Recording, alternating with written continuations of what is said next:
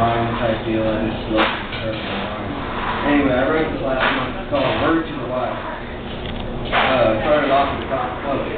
Basically, the first quote was, the role of a writer is not to say what we ought to say, but what we are unable to say. And that's by A.N.F, which I hope I get that pronunciation correct, otherwise my mother will kill me because she says you're stupid if you can't pronounce a quote. The other one, which is my favorite, is you must stay drunk on writing so reality cannot destroy you. Ray Bradbury. So that's kind of the theme of this poem, even though I kind of got those after. This is all amateurs here. Goes like this. This is the poetry of the true American revolutionary. I'm not your typical kind of poet.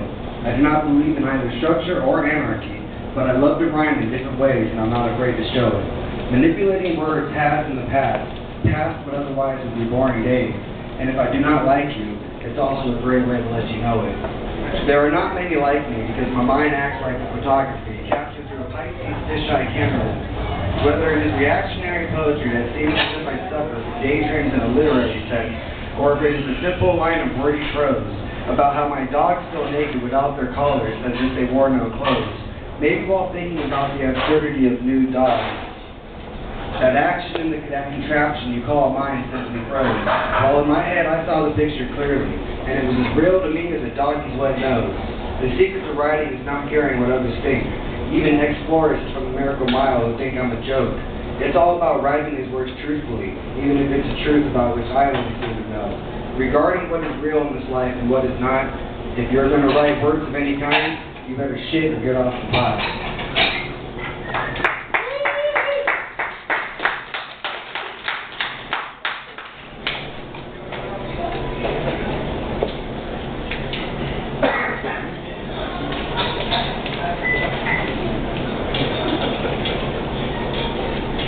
I'm unprepared again. Anyway, this is an old one I'm still reading right now. It's called The Mind of an Addict. I wrote it actually a couple of weeks before somebody close to me died of an overdose. And it was my cousin, Jason. And I wrote this, and it just seems to fit him really much. And I meant to read it, you know, I don't know, it's old, but I still think it has some worth in it. Anyway, it goes like this. I was created by the destruction of the world. As I draw breath inside, I die, so a little more of the very notion of life is a lie.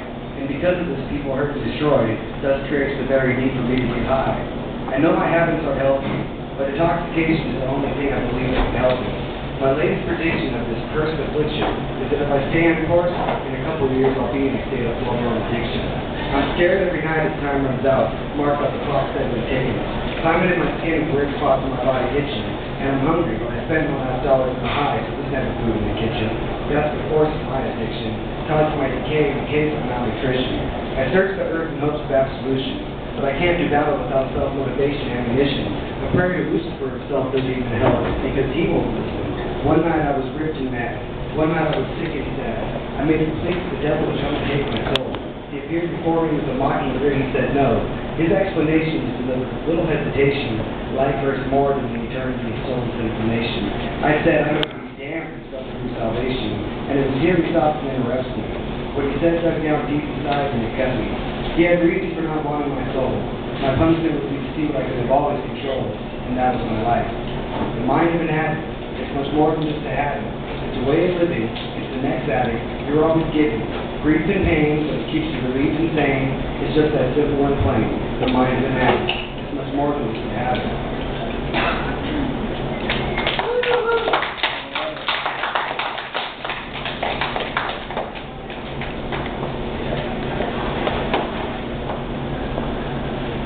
Anyway, I think I'll read just one more real quick. I wrote this, I have no title for this one. I wrote it when I was sitting on the bed in Reno, visiting my ex-girlfriend and my father. The last time I ever saw my father alive before he died of a overdose. So, you know, it was kind of weird that this little poem came up, you know. My ex-girlfriend at the time, she quit 5 days after, but she was actually slamming methamphetamine into her neck, so she wasn't doing that good in life. But anyway, it goes like this. Well now, what can I say? Decisions made by fate. Nothing more can be taken away. The morning light breaks through the window pane. I sit here in alien territory, that's quite sane. I'm not killing you because death would be the same as giving you happiness, and I'm not that lame. She said with the phone.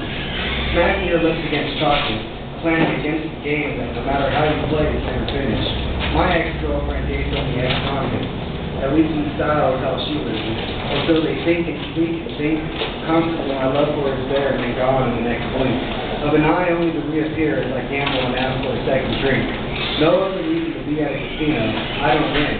So I waste away the time watching others sin. An inner voice in my head asks, do you not do the same, my friend? I tell the voice to shut up, and thus does the fight begin.